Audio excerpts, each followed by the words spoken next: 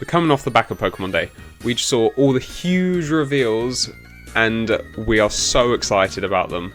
We finally got what we've all been waiting for an entire year.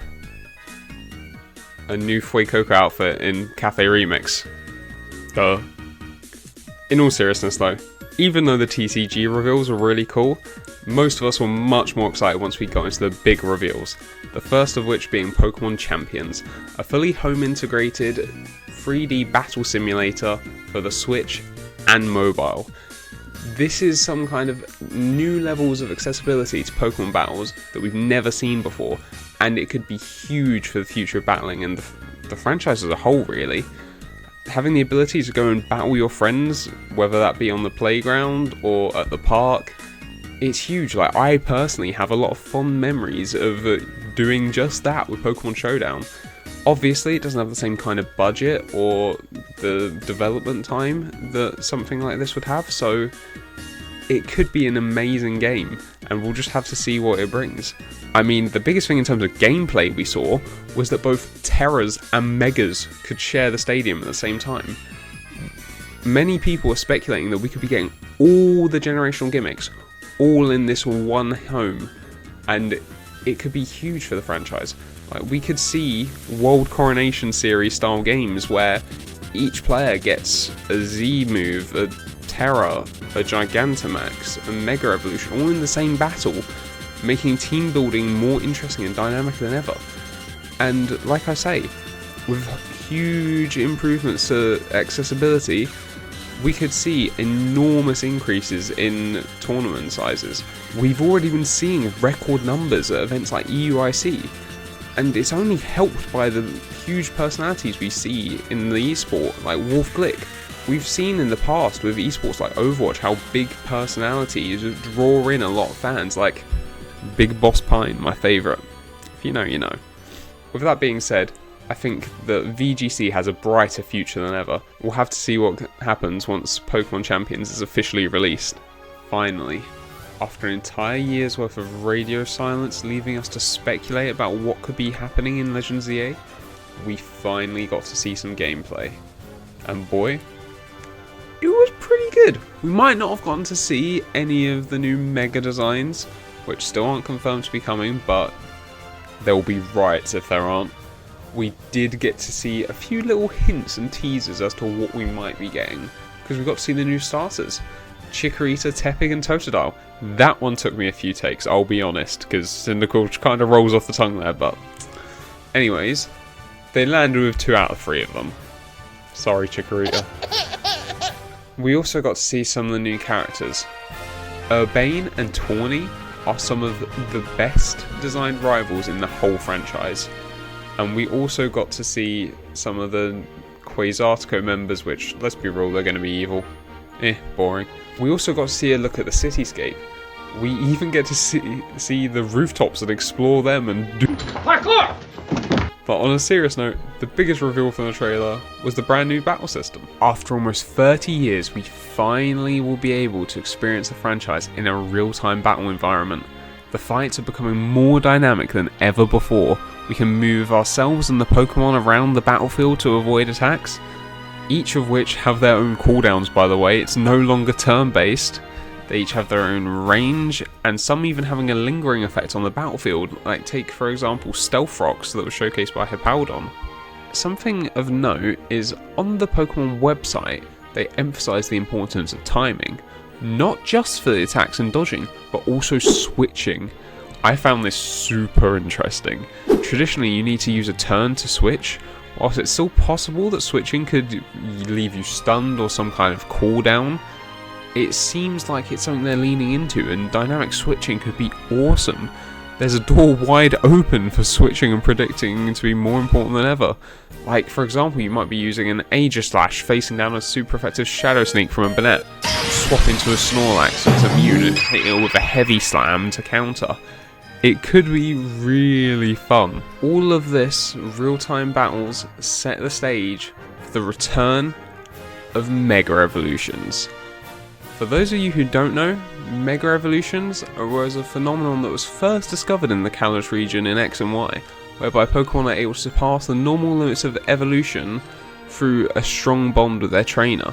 This transformation is only temporary. It allows them to become more powerful, and look at the trailer, they now glow. Sounds a lot like going Super Saiyan, doesn't it? Seriously, just look at them! It seems like Pokemon got fed up of everyone copying them the last few years and decided to, if you can't beat them, join them. At the moment we don't know exactly how Megas will work in the game.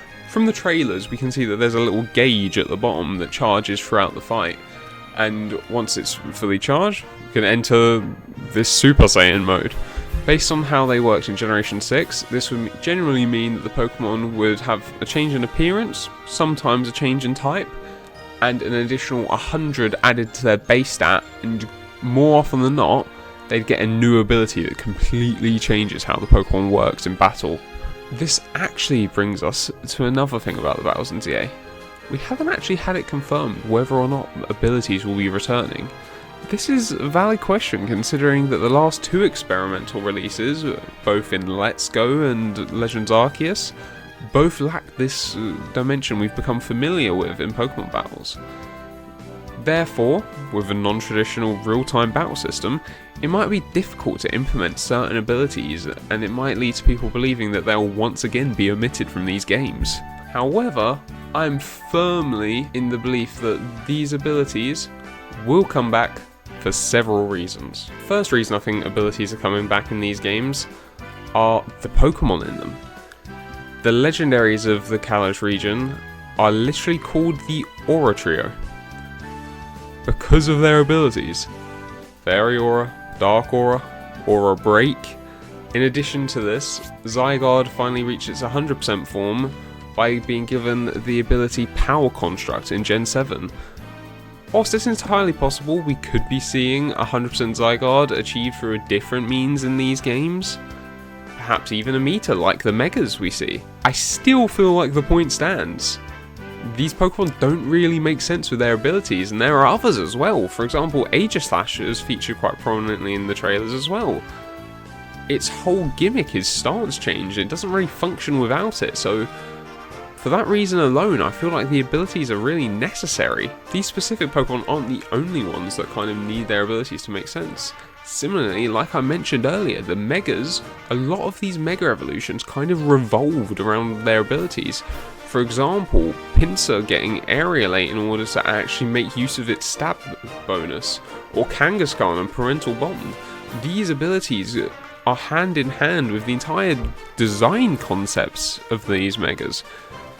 And especially once you then take into the fact that it's been 10 years since X and Y, there's a whole generation of fans out there who haven't seen these Megas before. And with them featuring in the Pokemon Champions trailer, we can expect them to have those same abilities in those games. So it wouldn't really make sense to then introduce them to a new audience and a whole new demographic of fans without these abilities in ZA. And for those reasons, I feel like abilities have just got to be in these games. Now, it feels like all the jigsaw pieces are kind of fitting into place. Real-time battles with dodging, cooldowns, moves, abilities, Mega Evolutions. It's kind of starting to sound like peak Pokemon. We've been waiting for this kind of battle for years, with us seeing it in the anime for like 30 years. We're finally getting it. And we're finally getting to a new level of immersion that's at the core of the gaming experience. True escapism. That's why we love all media. And what better way to experience Pokemon than finally being able to live out our fantasies from the animes? That brings me to the whole point of this video. This is the Pokemon fantasy, one step closer to being achieved. So why would they ever go back? Over the last few years, Pokemon have been experimenting more and more and innovating more than ever before. It's felt like they've taken steps to make battles feel more engaging and immersive than ever before. Starting with baby steps in games like BDSP, where you'd have the happiness mechanic, where Pokemon would tough it out so you don't feel so sad, or land a crit wanting to be praised. Then in Arceus, they then went to mess around with the formula even more by implementing agile and strong style moves, which would affect the turn orders. All of this, I mean to say, is This real-time battle system hasn't quite come out of nowhere like a lot of people might lead you to believe. This to me feels like less of a gimmick or an experiment and more like a logical progression based upon the direction they've been going over the last few years. It feels a lot less random and a lot more strategic.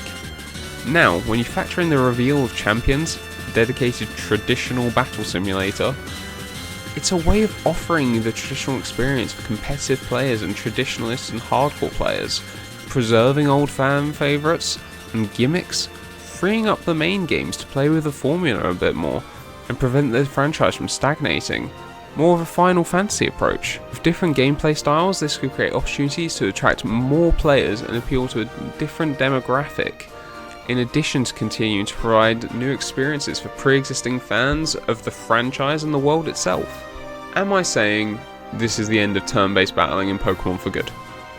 No. Of course I'm not. It's Pokemon. It makes absolutely no sense from a branding perspective to abandon their core audience. Call of Duty isn't suddenly going to turn around and become a cozy farming simulator, because it would just completely alienate their existing player base. However, I am saying that Pokemon Champions provides a whole new outlet for fans to experience the traditional gameplay we've become accustomed to over the past 29 years. This leaves Game Freak more free to experiment than ever. We could see them try to cultivate more of their games for a better gameplay experience without being shackled to the balancing for the top 1% problem that most competitive games face. These games could be more unpredictable than ever. The possibilities for the future of battling and the franchise as a whole are endless, and I for one am hopeful. So with all that being said, I want to know what you thought of the new battle style unveiled in the trailer, and any hopes that you have for the game and for the franchise going forwards. I look forward to reading and responding to any comments, and I'll see you guys in the next video. Peace out.